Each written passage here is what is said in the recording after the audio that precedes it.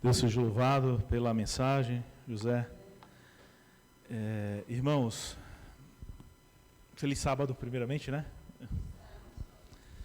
É com o coração agradecido que eu venho aqui nessa manhã e estou diante desse púlpito, viu?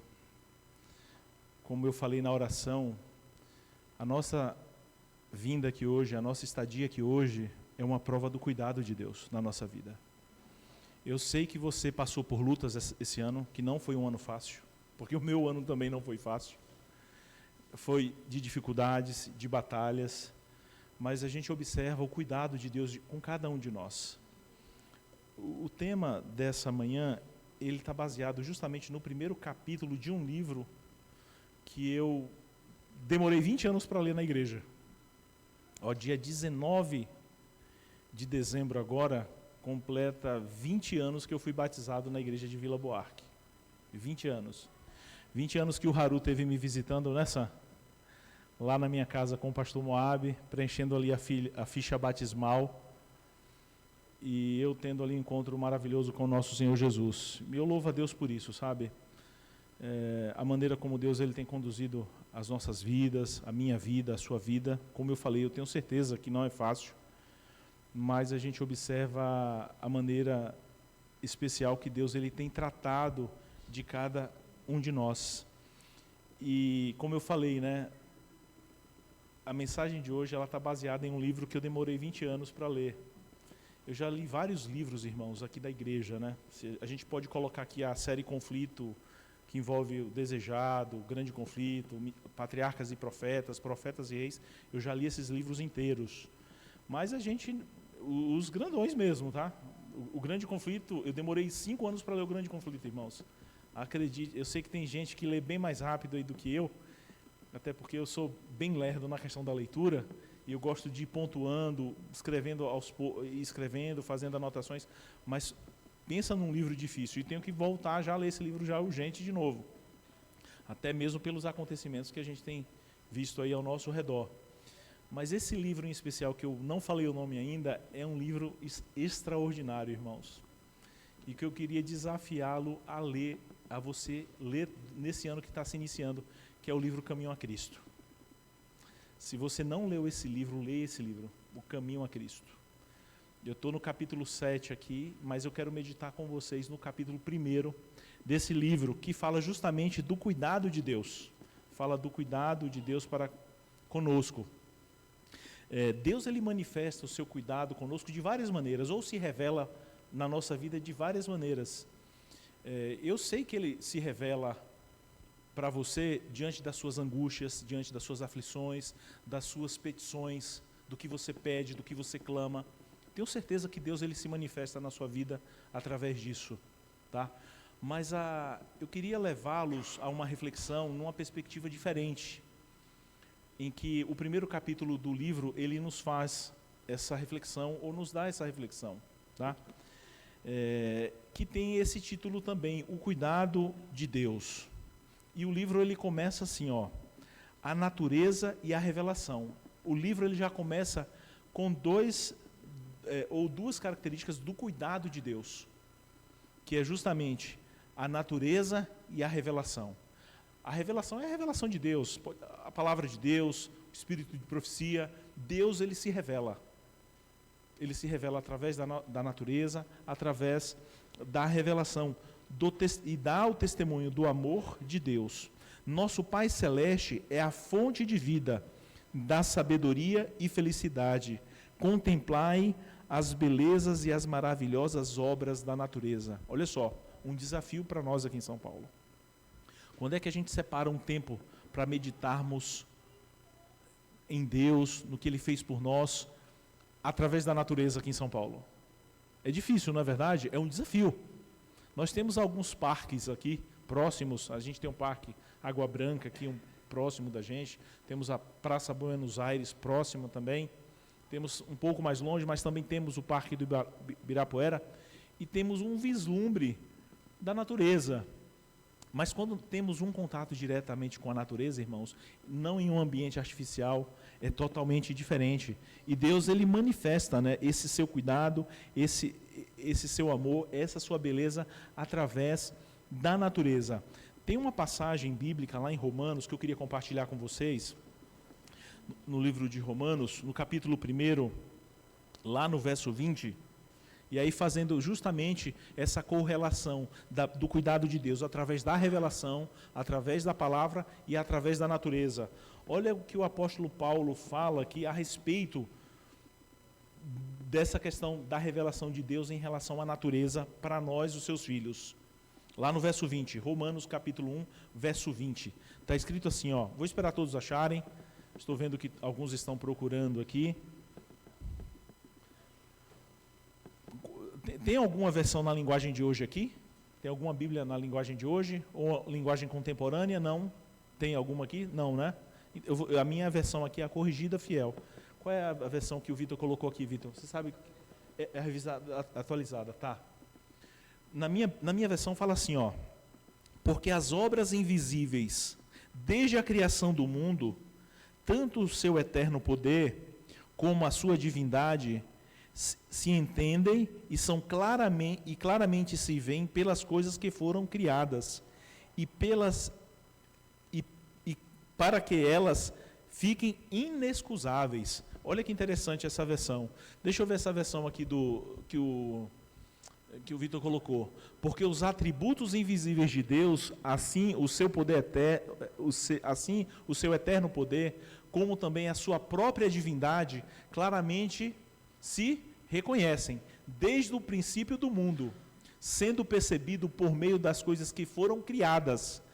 Tais homens, por isso, são inexcusáveis, ou seja, são indesculpáveis. Ao contemplarmos a natureza, ao olharmos a manifestação, o poder criador do nosso Deus, através da natureza, a manifestação do poder, os homens não têm desculpa para ignorar Deus, ou dizer que Deus não existe.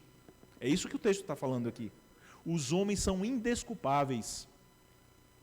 Ao contemplarmos a criação, ao meditarmos na palavra de Deus, em relação à criação, em relação à natureza, a manifestação do poder, Deus criando tudo, e a gente observa isso na semana da criação, os homens são indesculpáveis. Uma outra palavra poderosa, Evangelho de João, capítulo 17, verso 17. Volta um pouquinho aqui. Evangelho de João, capítulo 17,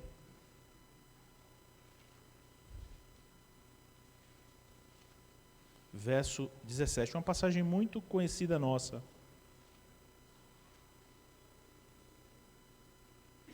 Amém? Está escrito assim, ó.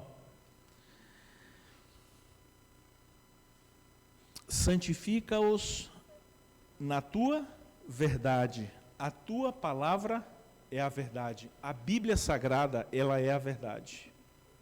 É a revelação de Deus.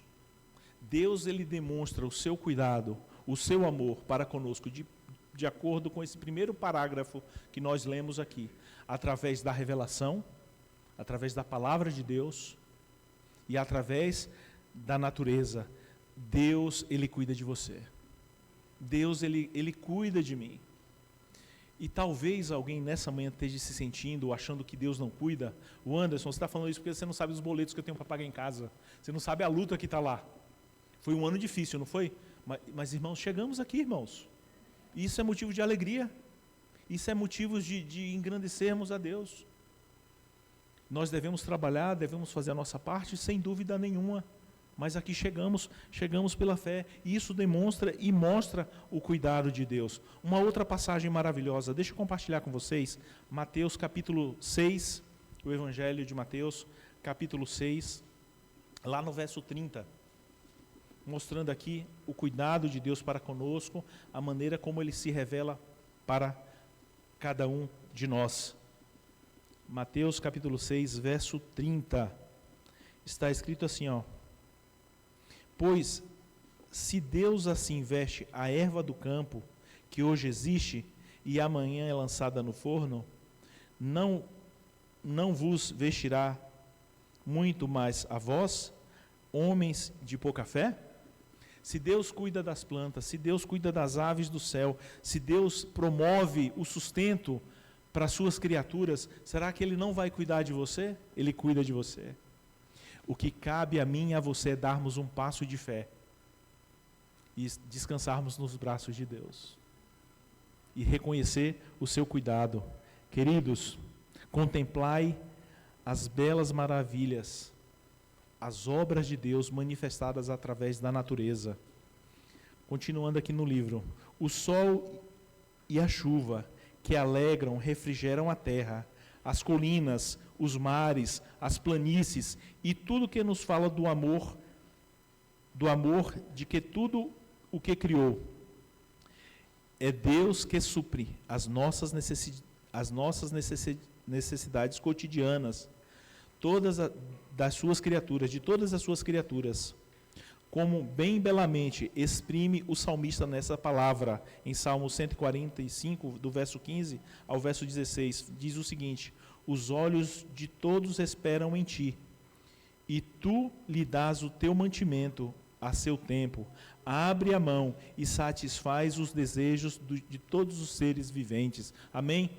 Hoje na sua casa, se você chegar lá, vai ter o seu mantimento, tem o seu almoço, tem o seu feijão, tem o seu arroz, está lá. O homem natural não reconhece as grandezas de Deus, irmãos.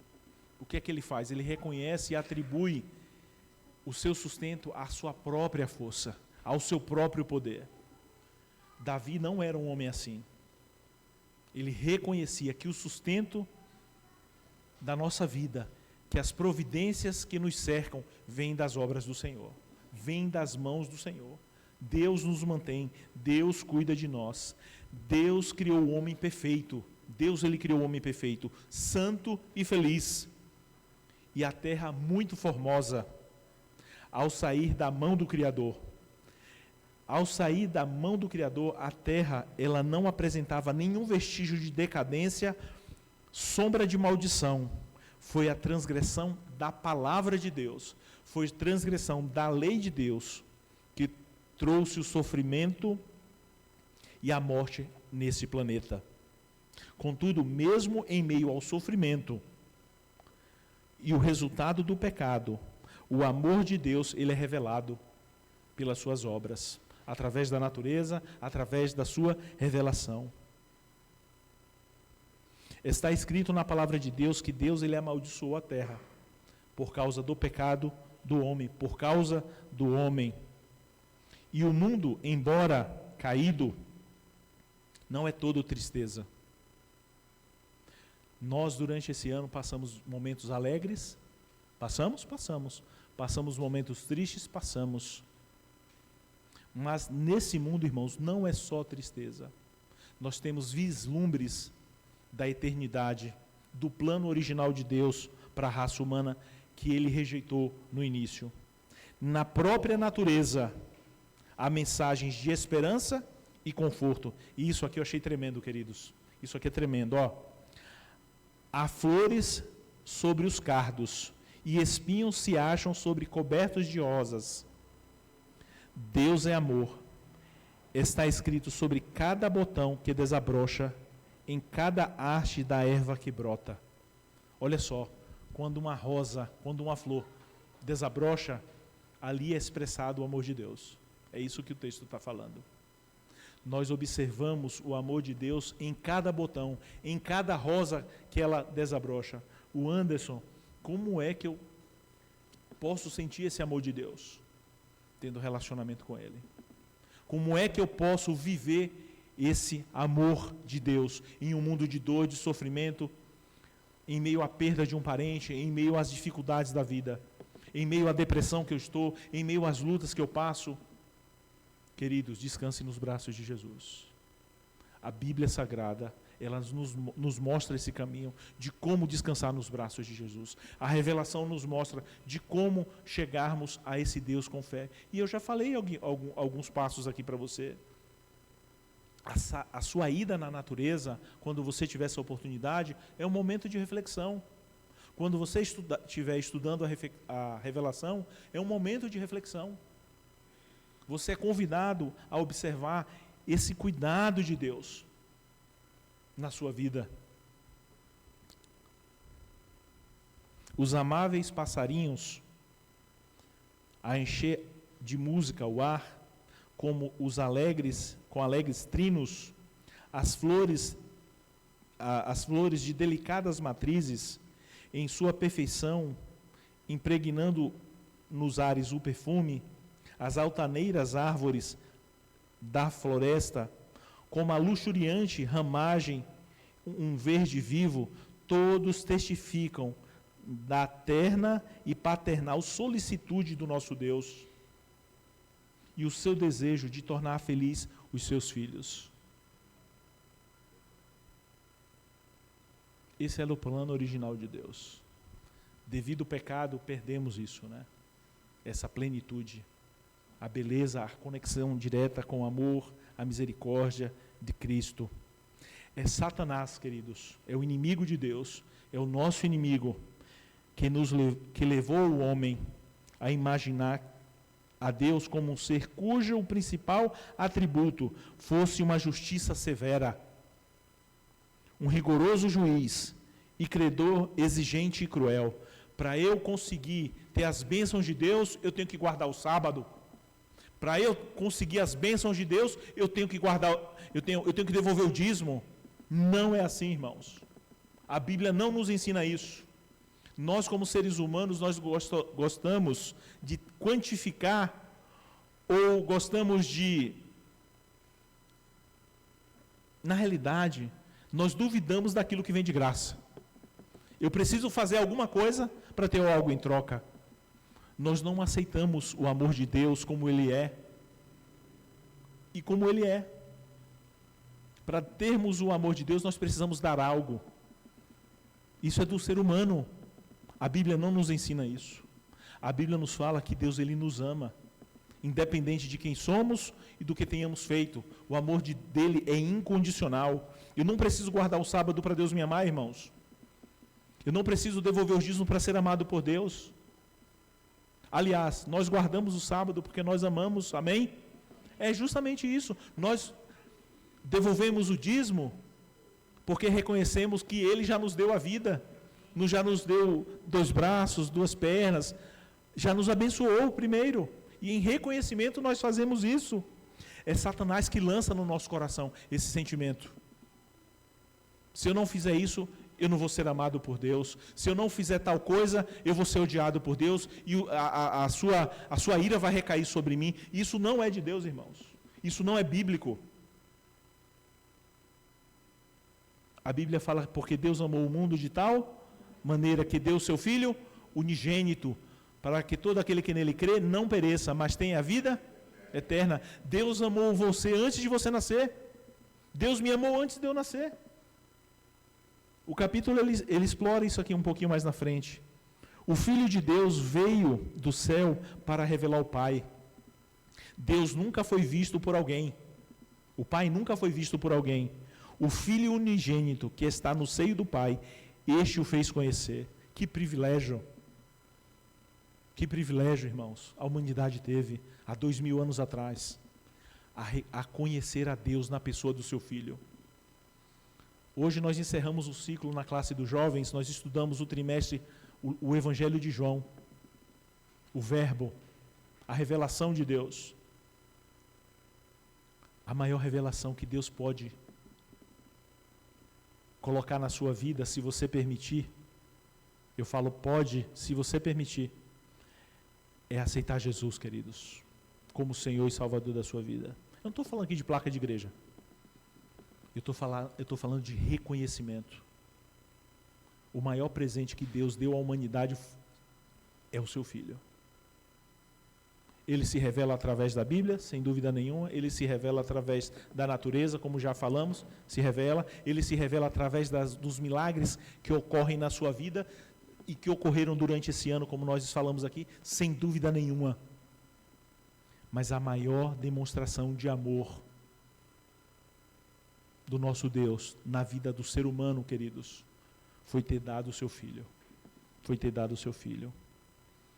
Deus, Ele se revela através do seu Filho, há 2000 anos atrás aqui, aproximadamente. E a vida e o ministério de Jesus me faz amar a Deus mais ainda. É por isso que nós estamos aqui. porque nós queremos amar a esse Deus.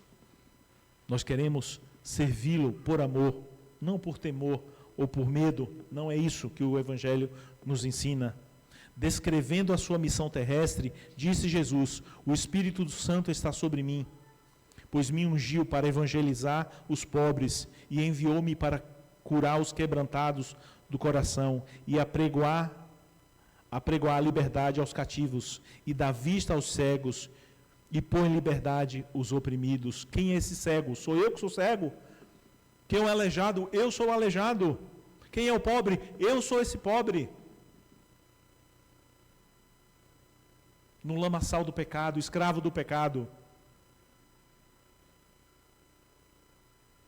Mas quando me reconectei com o Senhor, com o autor e consumador da fé, queridos, o pobre deixa de ser pobre. O cego deixa de ser cego. O coxo, ele anda. Porque o milagre de Jesus acontece no coração. O oprimido deixa de ser oprimido. O que está escravo, preso, deixa de ser escravo. Jesus se revestiu da natureza humana para poder atingir as necessidades do homem, os mais pobres e os mais humildes. Não receava aproximar-se de nenhum deles, mesmo as criancinhas que para ele se achegavam eram atraídas. Gostavam de subir-lhes aos joelhos e contemplar o rosto pensativo que refletia bondade e amor. Lembra uma certa vez que as crianças queriam se aproximar de Jesus e Jesus, acolhendo todos eles ali, Jesus falou para os discípulos tentando afastá-los. Isso está no Evangelho de Mateus, no capítulo 19. Abre aí. Vamos meditar aqui. Evangelho de Mateus, capítulo 19, verso 13. Está escrito, vou esperar você achar, estou ouvindo as páginas. Evangelho de Mateus, capítulo 19, verso 13. O verso 13 e o verso 14 está escrito assim: e trouxeram-lhe então alguns meninos para que sobre ele lhe pusesse as mãos e orassem. Mas os seus discípulos, o que é que os discípulos faziam? O repreendiam. Jesus, porém, vos disse: deixai os meninos e não os estorveis de vir a mim, porque dos tais é o reino dos céus. Você quer ir para o céu? Seja que nem uma criança. É isso que Jesus nos ensina. É isso que a palavra de Deus nos ensina. Queridos, quando temos um encontro com Jesus, Joaquim, ele falou que Deus ele nos castiga, não, que ele nos cuida, né? Como ele cuida do filhinho. Ele cuida melhor do que a gente, viu, Joaquim? Eu não tenho dúvida disso. Que ele cuida da gente. Sair da câmera, né? Deixa eu voltar aqui, não vou botar o Vitor em apuros, né? E o Herbert aqui. Ele cuida melhor. E às vezes me deparo com isso em casa, né? Porque eu falei, caramba, já imaginou se Deus agisse comigo, muitas vezes como eu ajo com a Heleninha? Eu estava perdido, irmãos. Estava perdido. Ele não age assim conosco. Ele cuida de nós como um pai, como um verdadeiro pai que ele é. E talvez você nunca tenha tido essa referência de pai, e quando eu falo referência de pai, eu falo aqui no aspecto humano aqui, mas saiba que existe um pai que ama e cuida de você, que é o nosso Pai Celestial. Talvez você não tenha sido acolhido por um pai aqui, mas o nosso Deus é o nosso Pai. Ele cuida de nós, Ele sabe dos anseios mais profundos da nossa vida, e Ele veio aqui, na pessoa do seu Filho, mostrar para você o caminho, e você se reconectar a Ele. É através de Jesus que essa reconexão, irmãos, é feita. É através dele. As crianças gostavam de estar próximas de Jesus. E ele abraçava e falava para os discípulos: não os impeçais. Quando isso acontecia, em uma certa ocasião, e é nesse relato aqui de Mateus 19, um jovem rico olhou para Jesus. E ao Jesus abençoar as crianças, quando a gente lê o desejado, a irmã White é clara em relação a isso. A maneira como Jesus tratava as crianças mexeu com aquele homem. Aquele homem podre de rico, tinha tudo o que queria, mas faltava algo que ele não tinha. E ele identificou na pessoa de Jesus aquilo algo que faltava na vida dele. E ele queria ser abençoado por Jesus do mesmo jeito que aquelas crianças foram abençoadas. E a história você já sabe o que aconteceu ali. Jesus, ele nunca, presta atenção nisso aqui, ó. Isso aqui veio que nem uma flecha no meu coração. Porque eu não sou isso aqui, irmãos. Eu confesso para você que estou na caminhada, tá? Estamos aqui rumo na luta. Mas olha o que Jesus fazia. Jesus, ele nunca era rude. Ele nunca era uma pessoa rude. Jamais se pronunciava desnecessariamente com palavra severa. Jesus foi severo em alguns momentos? Sim. Mas ele não fazia isso deliberadamente. Nunca motivava dores desnecessárias a almas sensíveis. Tem pessoas que têm prazer em causar o sofrimento em outras pessoas. Tem pessoas que têm prazer em machucar as pessoas, irmãos. Isso é demoníaco, isso. Jesus, ele não agia dessa maneira. Jesus, ele acolhia as pessoas. Nós precisamos de Jesus para acolher as pessoas. Nós precisamos do Espírito Santo, queridos, na nossa vida, para que esse milagre aconteça. Nós estamos entrando em um novo ano. E quando nós entramos em um novo ano, eu não sei se você tem esse costume, eu tenho esse costume. Não sei se por ser contador, viu, Joaquim? Mas eu faço um balanço da minha vida. O que é que eu fiz esse ano? Quanto que eu fiz? Quanto é que eu preciso melhorar? Eu faço essa análise, irmãos. Onde é que eu melhorei? Onde é que eu caí? Eu vejo isso. Eu tento fazer isso no final do ano. Na realidade, a gente faz isso durante o ano inteiro. Mas quando a gente chega no final do ano, eu acho que esse peso de ser contador me motiva mais isso. E eu faço uma aplicação na vida espiritual, porque na vida das empresas é justamente isso. Chega no final do ano, o que é que a empresa faz? Ela elabora um relatório, uma fotografia do que aconteceu na empresa daquele ano e a gente tem que melhorar aqui, a gente perdeu aqui, a gente ganhou aqui, onde é que a gente pode ajustar, onde é que a gente pode ter um ganho maior. A empresa faz isso. Na vida cristã, nós devemos fazer a mesma coisa. Onde é que eu melhorei? Onde é que eu me envolvi no trabalho de Deus? Onde é que eu deixei a desejar? Onde é que eu acertei? Onde é que eu errei? Devemos ter essa humildade de estarmos diante de Deus e fazer essa reflexão. E eu tenho certeza que na minha vida foi um ano de muitas coisas feitas assim. Mas também foram muitas coisas erradas que eu errei também.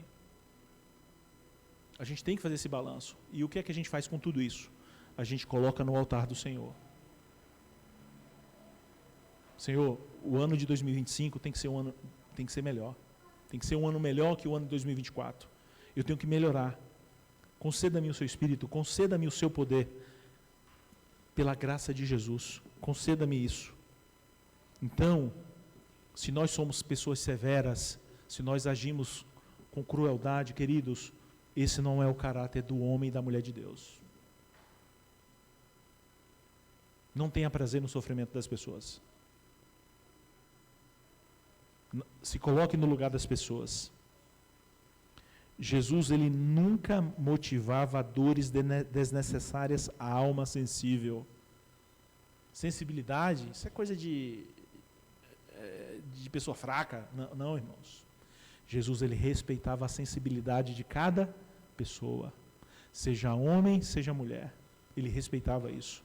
A gente tem o exemplo de Maria Madalena, a gente tem o exemplo de Nicodemos, a gente tem o exemplo de José de Arimateia, temos exemplos de Zaqueu, pessoas que eram discriminadas pela sociedade. Jesus, ele acolhia todas.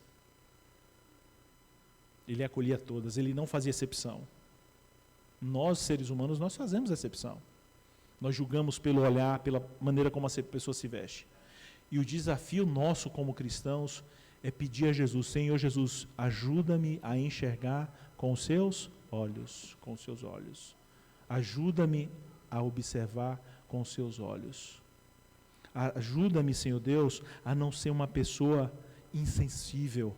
Ajuda-me, Senhor Jesus, a ser uma pessoa sensível às necessidades das outras pessoas.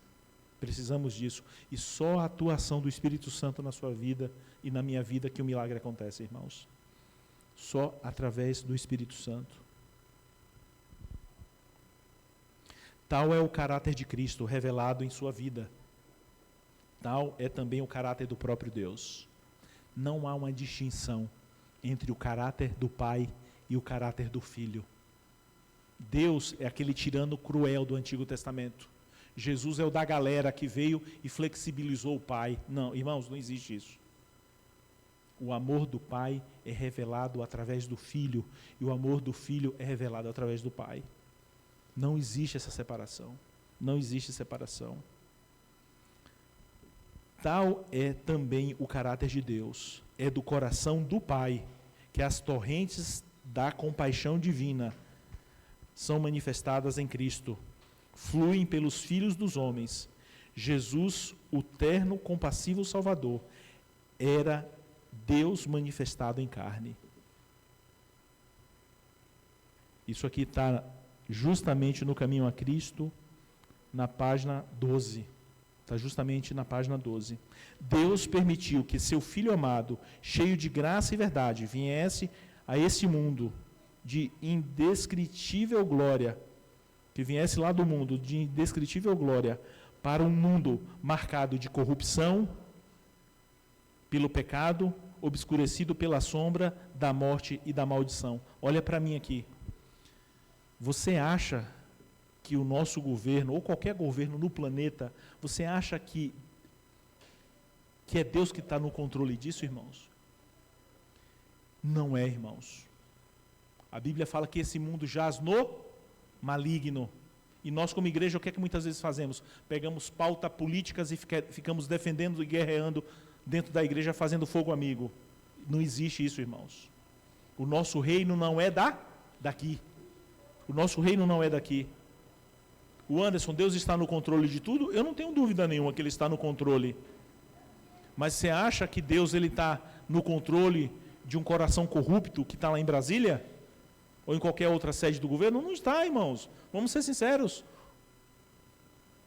Dentro da igreja, de um coração, de um pastor, de um ancião, de uma pessoa que não é colocada ou que não coloca o seu coração no altar de Deus, não está, irmãos. A menos que ele se arrependa, a menos que ele coloque. Mas um dia ele porá fim. Um dia ele irá requerer isso. Nós cremos e acreditamos nisso. Jesus, ele fora um com Deus, sentiu a alma, a terrível separação que o pecado causa entre Deus e o homem. Foi o que lhe arrancou dos lábios um brado de angústia. E ele disse o seguinte: Deus meu, por que me desamparastes? Uma vez, eu estava no meu trabalho, eu trabalhava numa operadora de plano de saúde, e eu conversava muito com um médico católico. E ele chegou para mim e falou assim: o Anderson, quando Jesus falou lá, naquele momento de dor, de sofrimento, ele falou assim: Deus meu, por que me desamparastes? Jesus não pecou ao afirmar essa frase, ao falar isso? Irmãos, eu confesso que na hora eu tremi quando eu vi essa pergunta, indagação desse médico para mim. Mas o Espírito Santo, irmãos, me iluminou, me mostrou justamente o que esse texto aqui fala, e eu nunca tinha lido esse texto.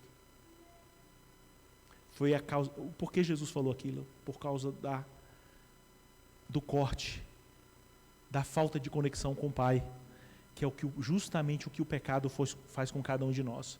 Quando estamos no lamaçal do pecado, queridos, nós não queremos saber de Deus. O pecado nos causa separação entre nós e Deus. E imagina Jesus na cruz, não só o meu pecado, mas o pecado de todo o mundo, de todo mundo. E aí, o bramido de Jesus: Deus meu, por que me desamparastes? Foi por amor a você que Ele suportou a cruz. Foi por você que Ele caminhou no Gólgota.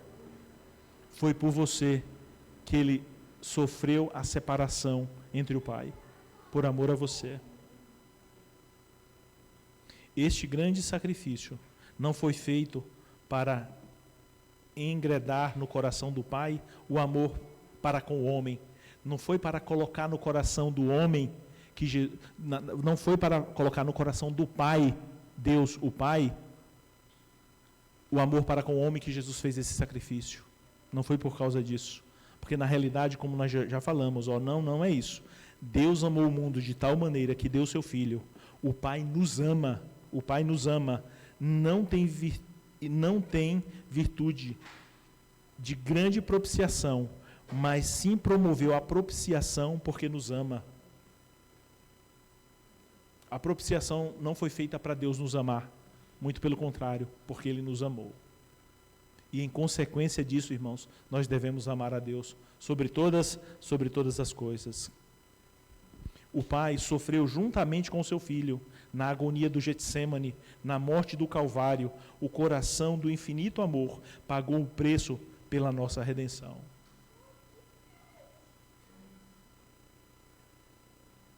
Nós somos levados a uma reflexão profunda nessa manhã. O cuidado de Deus. O cuidado de Deus. Deus, Ele cuida de você, concedendo aquilo que você pede para Ele. Ele se manifesta assim. Quando você está num momento de dificuldade, passando por apuros, Ele responde a sua oração. Deus se manifesta através da natureza, como nós lemos aqui, como nós meditamos aqui. Mas a maior manifestação de Deus na sua vida é um coração entregue a Jesus. Porque Jesus, Ele se entregou por você. Senão o Filho de Deus poderia efetuar a nossa redenção, pois unicamente aquele que estivera sobre o seio do Pai é o que Ele poderia revelar.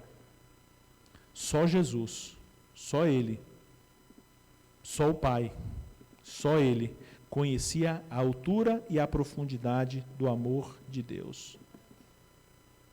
Só Jesus conhece a profundidade, o tamanho do amor de Deus, aquele que foi revelado. O preço pago pela nossa redenção, o infinito sacrifício de nosso Pai Celestial em entregar o seu Filho para morrer por nós, deveria nos inspirarmos ideias elevadas sobre o que podemos nos tornar por meio de Cristo. Lembra o que eu falei? O que é que eu fiz no ano de 2024? O que é que eu posso melhorar no ano de 2025? Se você está acomodado aí, no banco da igreja, não sabe o que fazer, reflita no amor de Jesus. Reflita no que Ele fez. Ele vai lhe chacoalhar e vai lhe motivar para você trabalhar para Ele. Quem nasce no reino de Deus, nasce como um missionário, irmãos. Não dá para ficar parado. Não dá para ficar parado. Quando, inspirado, o apóstolo João contemplou a altura e a profundidade, a amplidão do amor do Pai para com a raça caída, foi possuído de um espírito de adoração e reverência, e não podendo encontrar a linguagem apropriada para exprimir a grandeza da ternura do amor, e chamou para ele uma atenção ao mundo. Vede quão grande o amor que nos tem concedido o Pai, que fôssemos chamados filhos de Deus.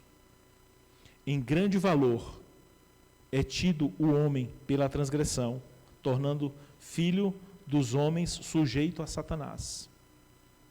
Quando não temos Deus na nossa vida, nós somos filhos de Satanás, filho dos homens. Mas, quando pela fé, no sacrifício expiatório de Jesus, os filhos de Adão podem se voltar a ser filhos de Deus. A minha oração, queridos, nessa manhã, e eu acredito que a sua oração, é que a nossa vida, até o final, possamos permanecer firmes, sendo filhos e filhas de Deus. Inigualável amor de Deus por um mundo que não o amou. Esse mundo não ama a Deus. O homem natural não ama a Deus. Está em rebelião contra Deus. Você decidiu amar a Deus. E é por isso que você está aqui nessa manhã. Que esse amor seja aquecido, vivido cada dia da sua vida e da minha vida. É o meu desejo e a minha oração. Em nome de Jesus. Amém. Amém. Vamos ficar de pé e vamos cantar o hino final, o amor de Jesus.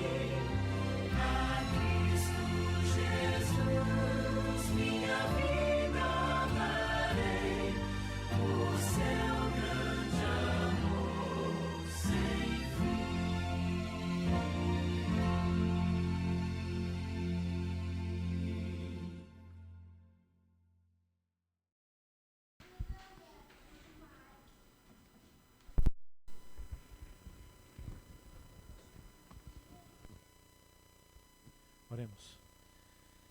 Pai, obrigado por sua revelação, obrigado por nos criar, obrigado por nos resgatar, Senhor. Nós louvamos o Senhor pelo sacrifício do seu Filho Jesus e pela redenção que temos no nome dele. Na certeza e na esperança de que o Senhor falou em nossos corações nessa manhã, nós queremos reafirmar o nosso compromisso diante do seu altar. Queremos colocar diante do seu altar o nosso coração, esse coração muitas vezes duro, incircunciso, por causa dos pecados, por causa da nossa rebelião contra ti.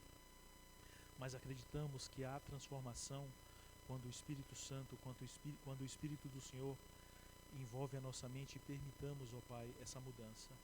Que nós possamos ter essa mudança todos os dias da nossa vida. Leva-nos para casa agora na sua proteção, no seu cuidado, e é no nome de Cristo Jesus que oramos. Amém. Um bom sábado, restante de sábado para você, e se a gente não se vê mais aí durante esse ano, um bom ano novo para vocês e sua família.